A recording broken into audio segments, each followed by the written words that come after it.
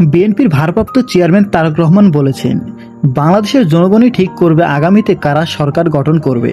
তৃণমূল নেতাকর্মীদের সঙ্গে ধারাবাহিক মতবিনিময় তৃতীয় দিনে শনিবার 31 আগস্ট ময়মনসিংহ সিলেট বিভাগের নেতাকর্মীদের সঙ্গে ভিডিও কনফারেন্সে মত বিনিময় করেন। স্বৈরাচার পতন গণতান্ত্রিক কর্মী জনগণের দীর্ঘ আন্দোলনের বিজয় উল্লেখ করে তারেক রহমান বলেন, নিকটে অতীতে স্বৈরাচার ছিল দৃশ্যমান গণনিপীড়নকারী, আর এখন স্বৈরাচারের দোসরা অদৃশ্য শক্তিরূপে জনতার বিজয়কে প্রশ্নবিদ্ধি করার ষড়যন্ত্র চালিয়ে যাচ্ছে। দৃশ্যমান প্রতিপক্ষের চাইতে অদৃশ্য শত্রু অনেক বেশি ভয়ঙ্কর। দৃশ্যমান প্রতিপক্ষ আমরা চিনি, তাদের আক্রমণের ধরনও আমাদের পরিচিত, কিন্তু অদৃশ্য শত্রুরা অচেনা আর সর্বত্র।